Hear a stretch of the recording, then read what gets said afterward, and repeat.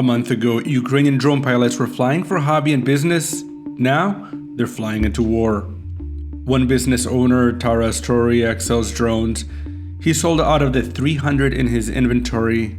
They're still coming in as donations. We supply every day around 100 drones, and that charity they supply to end users is civilian users, military users, those drones.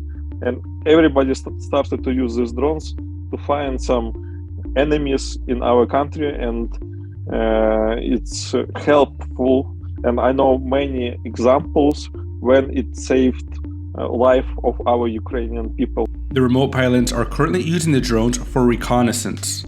We have drones with thermal cameras from DJI and from another brands as well that used at night.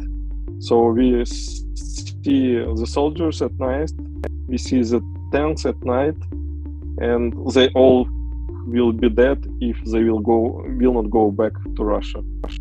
And for sure, it's scary to use a drone when you in Ukraine right now, because it's a huge risk for your life that you will be detected and destroyed by them. So you have to follow some rules to avoid to be detected.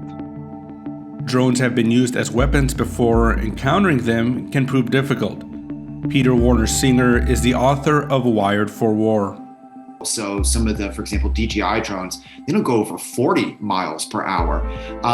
You're not going to use a fighter jet to shoot it down. It'd be hard even for a helicopter. They're also, they're like literally this big.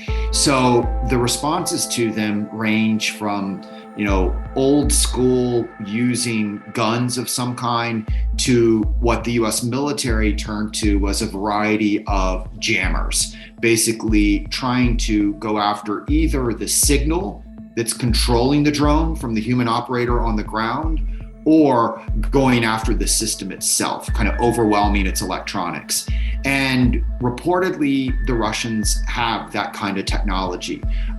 They've also, on this jammer side, we've seen images of, in their convoys, civilian vehicles that are not just about drone jamming, they're cell phone jamming. And we think this is going to be one of the things that they deploy into these cities as they also deploy the rest of their tanks and the like.